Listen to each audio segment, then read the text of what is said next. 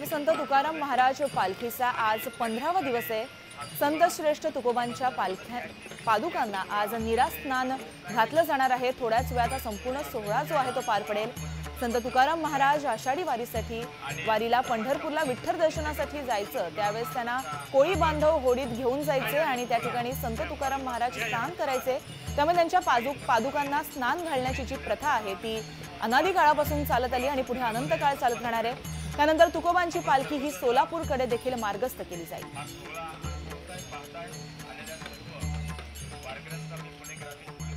याबद्दल अधिक माहिती जाणून घेऊ आमचे प्रतिनिधी रायचंद यांच्याकडून।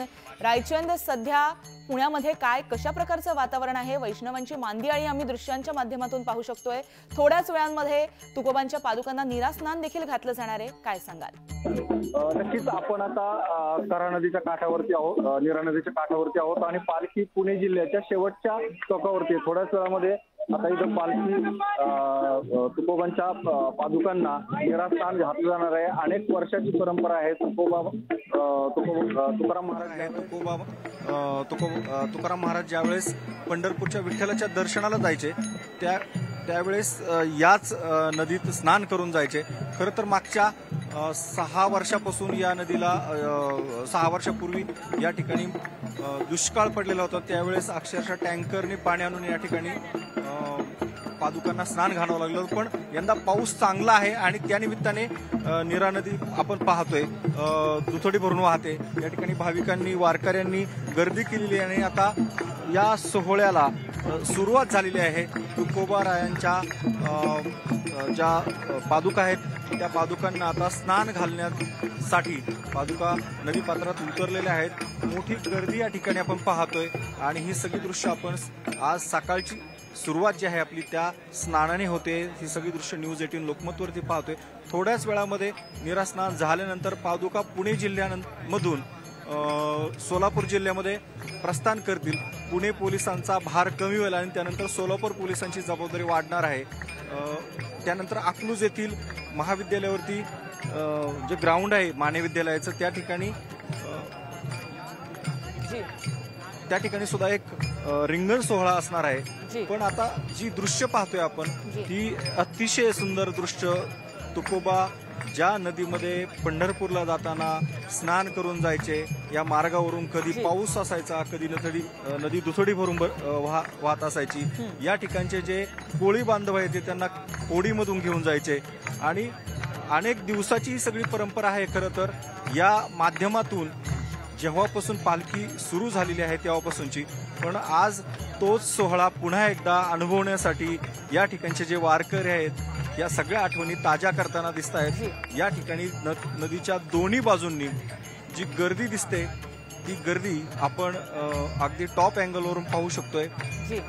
भाविक या ठिकाणी स्नान करतायत, पादुकांना सुद्धा स्नान घातलं जात आहे। ही सगळी दृश्य आपण सकाळच्या वेळी आज ही पाहतोय। खरं तर या ठिकाणचे जे कोळी बांधव आहे त्यांनी या ठिकाणी रांगोळ्या टाकलेल्या आहेत। या ठिकाणी जो मार्ग आहे त्या ठिकाणी अनेक वर्षांची परंपरा असल्याने ते सुद्धा या ठिकाणी स्वागताला थांबून आहेत आणि आता आपण पाहतोय तर आपण ही दृश्य पाहतोय। नीरा नदीच्या तीरी हा वैष्णवांचा मेळा फुललेला आहे। वैष्णवांची मांदियाळी पाहू शकतोय।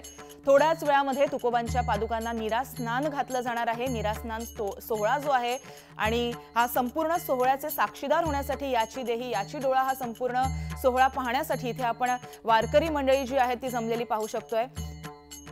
खऱ्या अर्थानं या दिवसाची या दृश्याची वाट पाहत अनेक जण वर्षानुवर्ष वाट पाहत असतात, अनेक दिवस वाट पाहत असतात।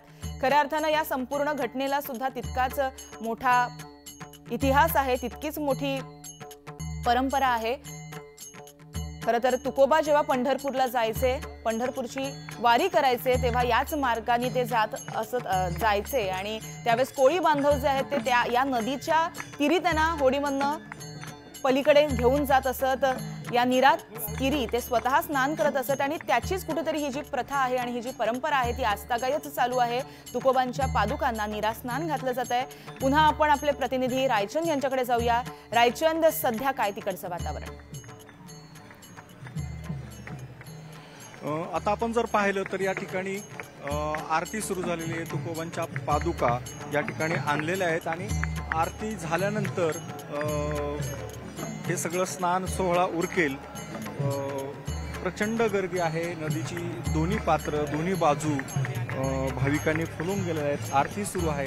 त्यानंतर पादुकांना स्नान घातलं जाईल.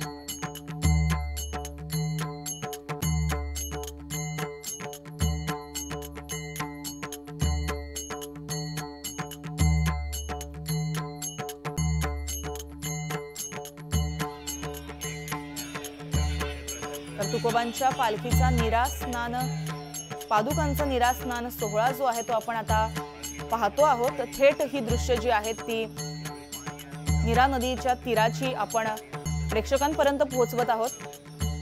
तुकोबांच्या पादुकांना निरास्नान थोड्याच वेळामध्ये घातलं जाणार आहे. त्याआधी आरती जी आहे ती पार पडते आणि त्यानंतर निरास्नान सोहळा जो आहे तो सुरू होईल. खरं तर संत तुकाराम महाराज पालखीचा आज 15वा दिवस आहे आणि संत श्रेष्ठ तुकोबांच्या पादुकांना आज निरास्नान घातलं जाणार आहे. थोड्याच वेळामध्ये आपण ही दृश्य तिकडची पाहतोय.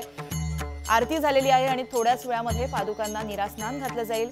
संत तुकाराम महाराज आषाढी वारीला पंढरपूरला याच मार्गाने जात असायचे आणि तेव्हापासूनची ही जी परंपरा आहे ती आजतागायत सुरू आहे.